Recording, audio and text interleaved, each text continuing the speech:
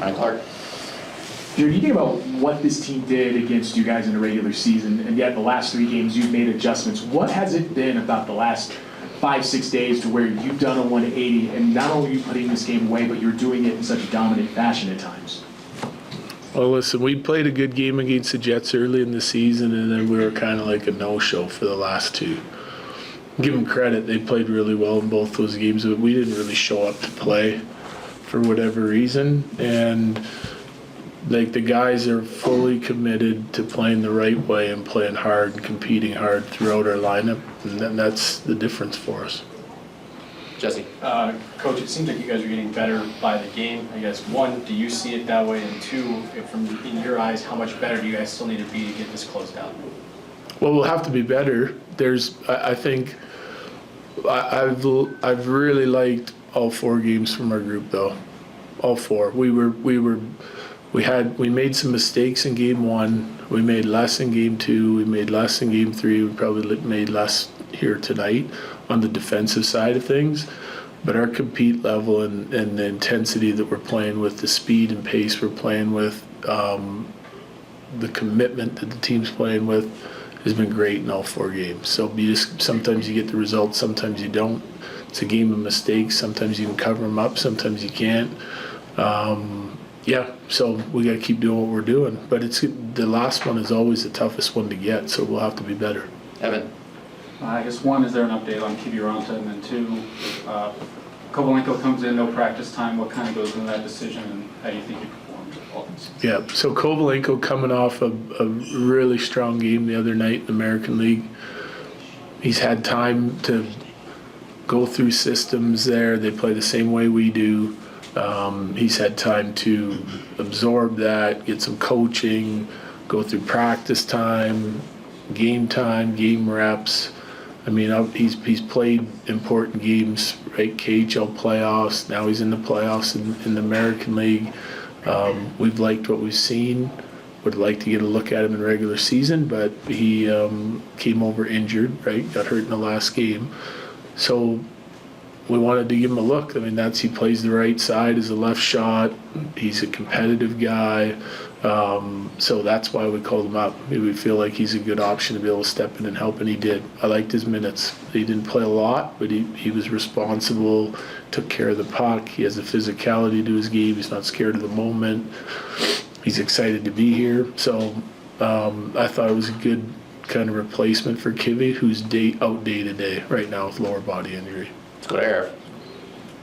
Jared, last week Val had 2 goals against Edmonton. It was a game where both teams were kind of letting up before the postseason starts, and you threw him out there a lot late in the game trying to get him that 3rd one. Now it's the playoffs. You guys are playing again in 2 nights, and these games usually are a lot more physical. Was it an easy decision to just let him continue to stay out there and let the team rally around something like that? Those guys have done such a nice job for us. I'm talking Mac, Miko, Kale, Taser, amongst others, and Lecky and Val on the 5 versus 6. They know it. They've been dialed into it. We've been, tweaking things and going through things for, 6-7 years now, right? We have a lot of new faces that are, getting reps in that situation. And I also, part of it is, like, those guys drive the bus, right? Like, it's not just because they're good defensively, because we've got other good defensive players that can do that job, but those guys also get rewarded with points with the empty net, and it's part of it. You want your top guys feeling good. You want them in situations where they can pick up points and score goals.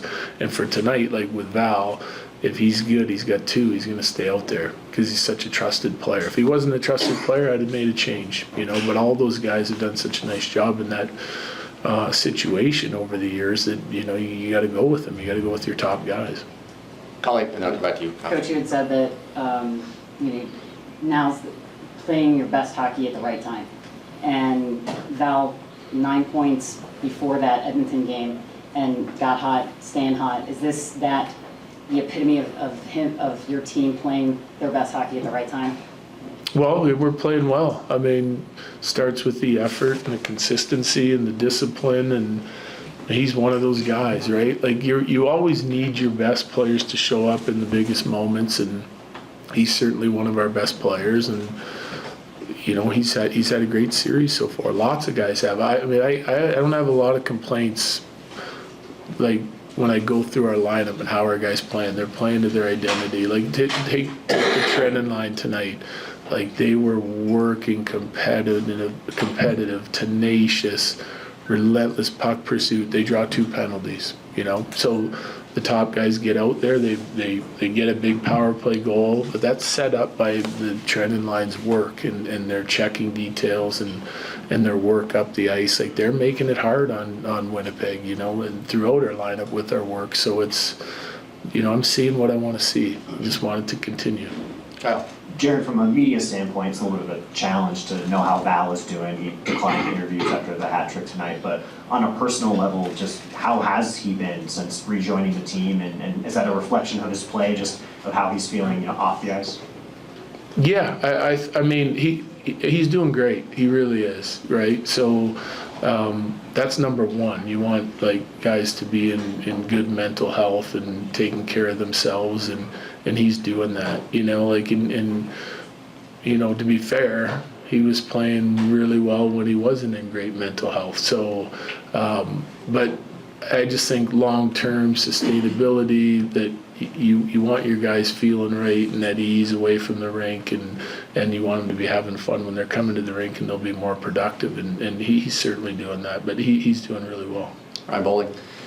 Jared, we talked before game 82 about guys resting and Val being one of those guys you wanted to see get going. Can you just describe the impact that he has on the offense when he is going? And also, does Lehkonen maybe get enough recognition for his contribution? That's an easy one. That's no.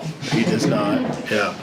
I mean, if you really watch video and dissect video and look at how many plays that Lecky makes on any given night, on the offensive side, on the defensive side, he doesn't get anywhere near enough credit for what he does for our team. And he's so valuable to our team in every aspect: power play, penalty kill, 5-on-5, down goals, up goals, scores big goals. I mean, this guy's a relentless worker. This guy's a warrior.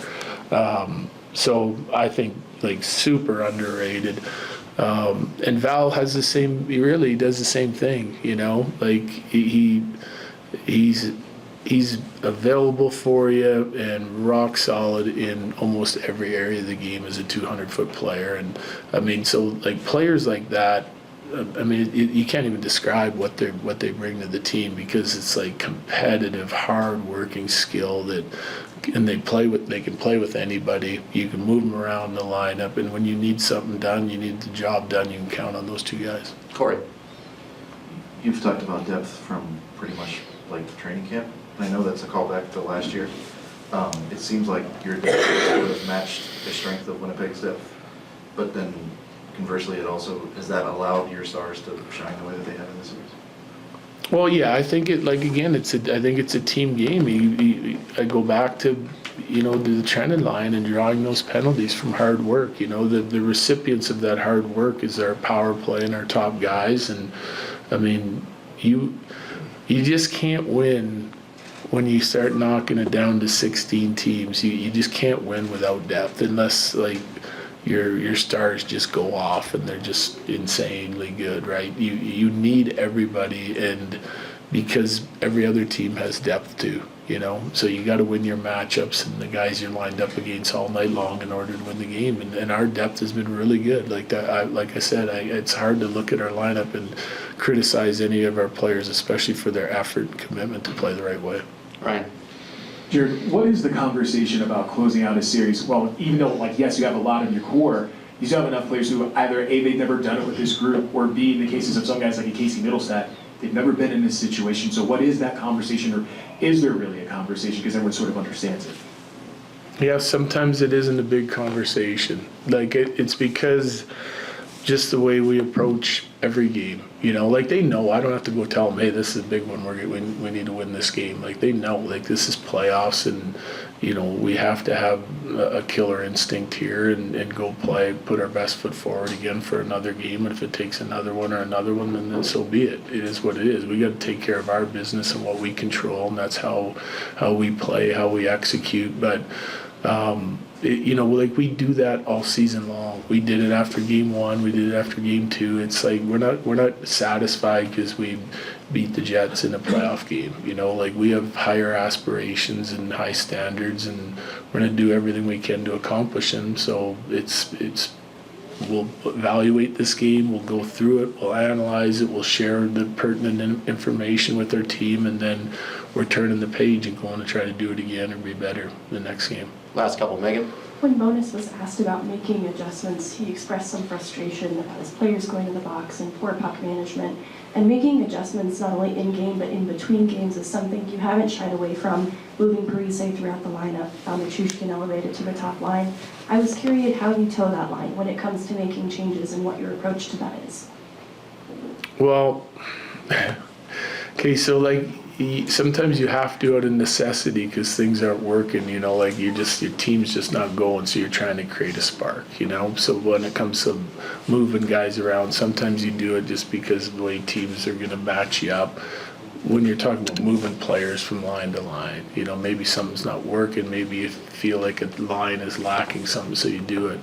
But, like I hear about like media and everyone talk about adjustments, and this is not that we don't make any adjustments, but like sometimes the adjustment is just be better at what you do. Like one night it's going to look really good, and the next night it's not. This is like coaching isn't rocket science.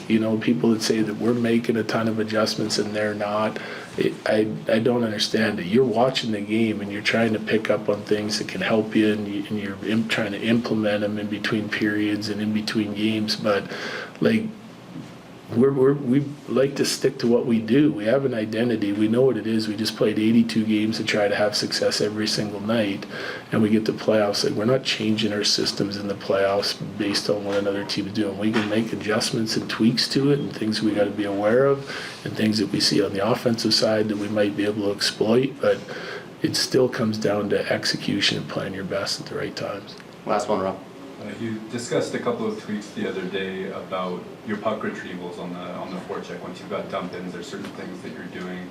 There are moments in this game where you're chaining 3 or 4 shots together because you've dumped a puck in, you've retrieved it well, and then you've retrieved your own shots after that. So what's working for you guys positionally, getting bodies in front of guys to make sure you get the puck back and get back at it?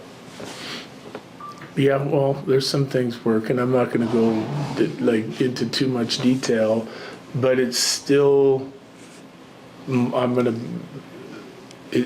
effort based, and it's skating and work based, right? Like, so I said it after game 1, like that might have been as hard as I've seen our forward group as a whole, 12 guys work all season long, and they've continued that over 4 games. So tracking down loose pucks and trying to win races and playing in straight lines is just, it's the competitive nature of our group right now.